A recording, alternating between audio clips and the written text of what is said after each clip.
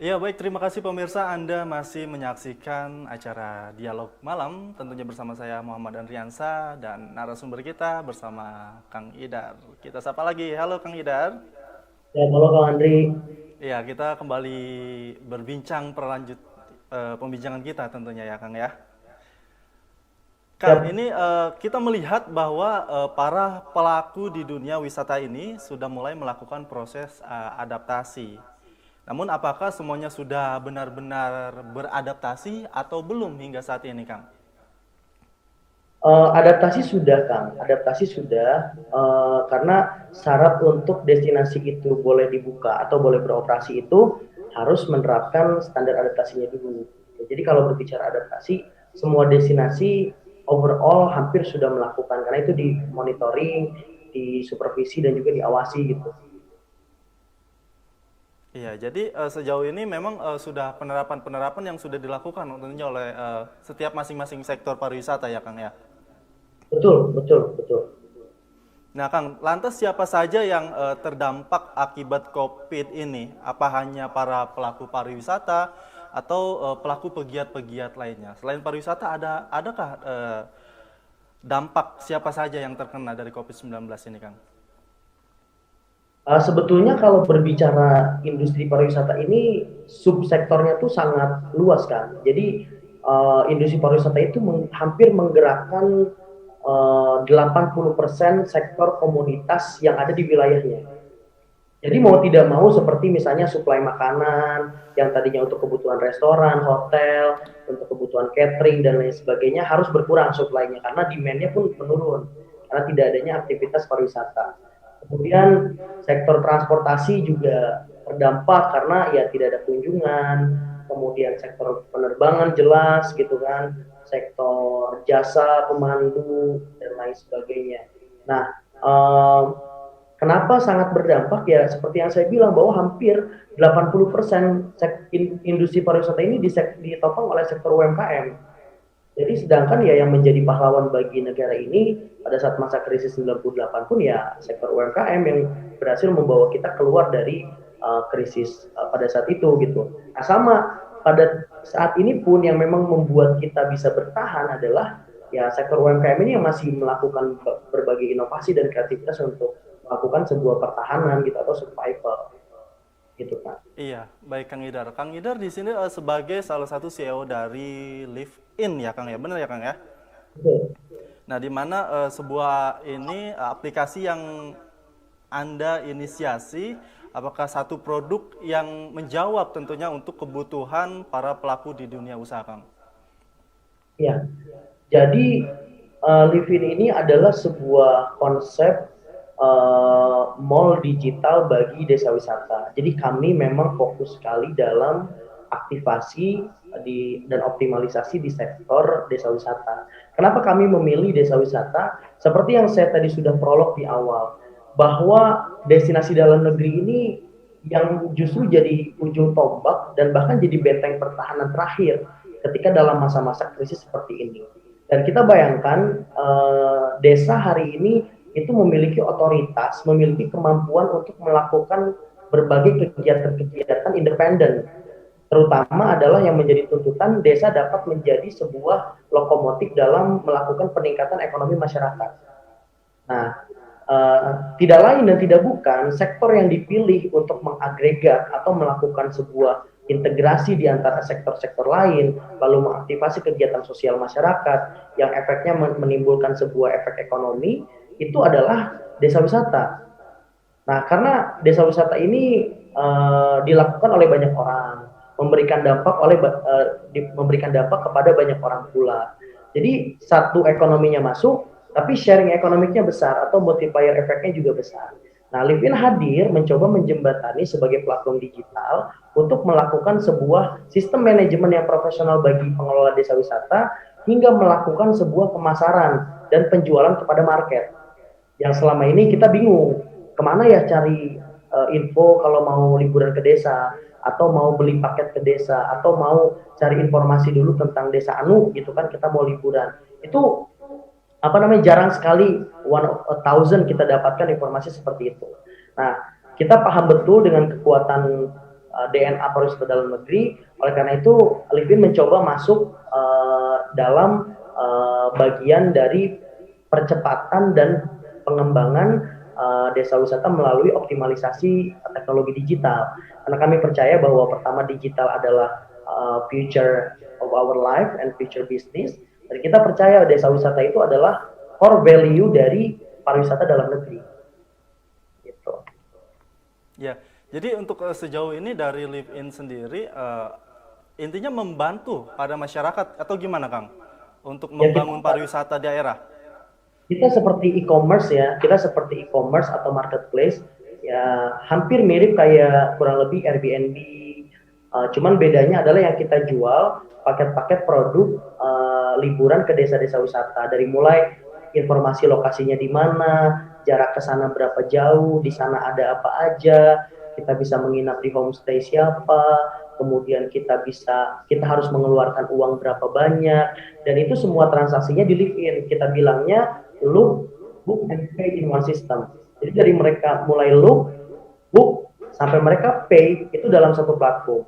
Sehingga harapan kita adalah ketika kita melakukan penjualan semakin banyak kepada market, itu mempercepat efek ekonomi kepada desa. Sehingga yang diimpi-impikan oleh pemerintah melakukan economic rebound atau economic recovery, pemulihan ekonomi nasional, itu bisa terbantu oleh sektor-sektor desa wisata yang hidup akibat adanya ramainya kunjungan dalam negeri, kemudian ramainya transaksi, kemudian banyaknya orang yang berlibur ke desa-desa wisata, sehingga ya lambat laun ini akan menjadi gelembung bola salju dalam melakukan pemulihan ekonomi nasional. Nah, Kang, lantas bagaimana untuk masyarakat sendiri agar tentunya bisa mengetahui Live In ini? Gimana sih cara-caranya gitu, Kang? Ada nggak yang mau di-sharing kepada pemirsa di rumah tentunya dari Akang sendiri? Boleh, untuk saat ini kita baru tersedia available on Play Store, Google Play Store. Jadi bagi para pengguna Android itu sudah bisa mendownload aplikasi kita di Live In, di searching di Live In di Google Play Store. Itu bisa download, register, dan bisa explore. Kira-kira udah ada desa wisata apa aja. Memang sementara kita belum banyak, karena kita memang masih proses untuk melakukan partnership dengan banyaknya desa wisata, supaya semakin banyak lagi merchant ataupun produk-produk desa wisata, produk-produk liburan paket desa wisata yang listing di aplikasi kita. Harapannya adalah ini bisa menjadi alternatif liburan orang-orang di tengah pandemi, Kang, atau di tengah era new normal ini. Kan mereka yang biasanya ke luar negeri hari ini nggak bisa. Nah, tapi ya hasrat liburan ini kan nggak bisa dibendung gitu. Nah, mereka punya spending, mereka punya punya keinginan. Nah, kita berharap ketika Live In ini bisa masuk ke market, ini bisa menjadi pilihan alternatif terbaik buat mereka melakukan leisure, vacation, atau mungkin bawa keluarga, atau mungkin hangout sama teman-temannya, tapi ke desa wisata. Efeknya adalah mereka dapat experience, mereka punya value baru, mereka juga ikut mendorong gerakan pemulihan ekonomi nasional di Indonesia. Ya, jadi intinya dari Live In ini ya tentunya membantu masyarakat untuk bisa intinya jalan-jalan ya Kang ya melalui application ini ya. Betul, Nah betul. Kang, kita sedikit penasaran nih Kang tentang Live In ya Kang ya.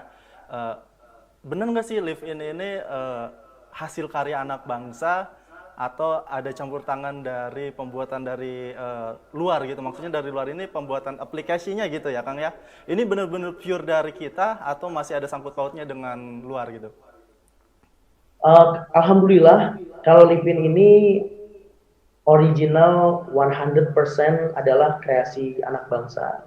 Jadi ini lahir betul-betul dari anak-anak muda terbaik bangsa ini yang memang punya kepedulian untuk mengangkat bargaining atau nilai tawar dari si desa ini gitu. Jadi ini tidak ada, ya alhamdulillah sejauh ini belum ada campur tangan orang asing, baik dari sisi manajemen, pendanaan, capital, maupun sisi-sisi lainnya. Kita masih menggunakan resources semua dalam negeri. Wah, luar biasa ya Kang ya. Nah Kang, ini sejauh ini nih lagi pandemi ya kita di COVID-19 ini, tentu banyak gak sih masyarakat yang pengen berbondong-bondong gitu langsung pakai aplikasi ini? Karena seperti yang kita tahu kan pariwisata di kita kan masih ditutup ya. belum Ya. bisa dibuka tentunya. Nah, sejauh ini masyarakat udah excited banget nggak sih untuk tentunya melihat dari live-in ini? Alhamdulillah Kang, luar biasa. Kebetulan kita kemarin baru di soft launch pada tanggal 12 Desember 2020. Nah, beberapa pada saat kita mulai, yaitu tadi saya bilang ketika regulasi berubah, beberapa desa wisata yang sudah listing di kita ditutup lagi gitu. Akhirnya kita menyesuaikan kembali gitu. Nah, hari ini memang kita masih hold kondisinya semua sampai kondisinya betul-betul fit untuk bisa dibuka, baik dari segi kita terus berkoordinasi dengan pemerintah pusat, dengan pemerintah daerah, dan maupun langsung dengan pemerintah desanya sampai kondisi keadaan ini betul-betul aman.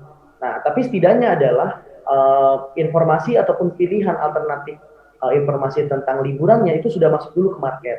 Ketika mereka memang nanti dapat momentum, kondisi apa namanya kebijakan kita juga sudah longgar, kita berharap desa wisata menjadi pilihan prioritas bagi apa namanya orang-orang di Indonesia untuk bisa liburan di dalam negeri gitu kan.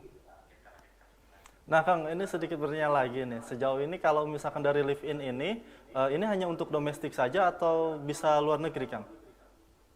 Kita internasional, kita bisa Oh, untuk luar internasional. negeri juga. Sebetulnya Livin ini awalnya disasar untuk market luar negeri, karena memang yang paling berminat untuk ke desa-desa itu adalah market luar.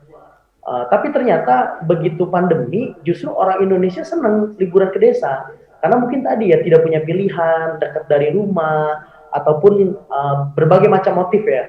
Aman mungkin dia berada di outdoor, atau mungkin mereka bisa lebih aman mengajak keluarga, atau mungkin budgetnya lebih murah dan lain sebagainya. Tapi sesungguhnya Livin ini disasar untuk mengakuisisi market luar negeri, karena kita punya potensial market yang tertarik terhadap keindahan desa maupun komponen di dalamnya itu besar sekali itu oleh dunia internasional.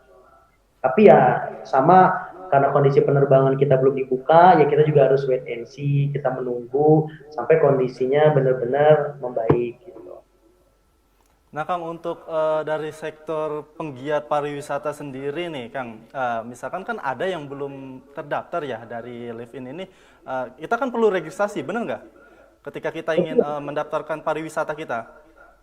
Ya, jadi yang melakukan partnership ataupun kerjasama dengan kita atau pihak manajemen operatornya itu adalah si pengelola desa wisata. Jadi setiap pengelola desa wisata itu bisa mendaftarkan menjadi merchant ataupun menjadi member daripada Live-in untuk bisa bergabung di aplikasi kita. Itu nanti ada informasinya bisa diakses di website kita di livin.id. Itu ada customer care kita untuk bisa nanya lebih lanjut di hotline ataupun di email dan lain sebagainya. Nanti akan diinfokan lebih lanjut tahapan-tahapan dan term and conditionnya. Nah, untuk sejauh ini sudah berapa banyak tentunya destinasi wisata yang sudah join bersama Live-in ini? Tapi tahan dulu, Kang, pertanyaannya. Kita akan jawab tentunya setelah jeda pariwara berikut ini.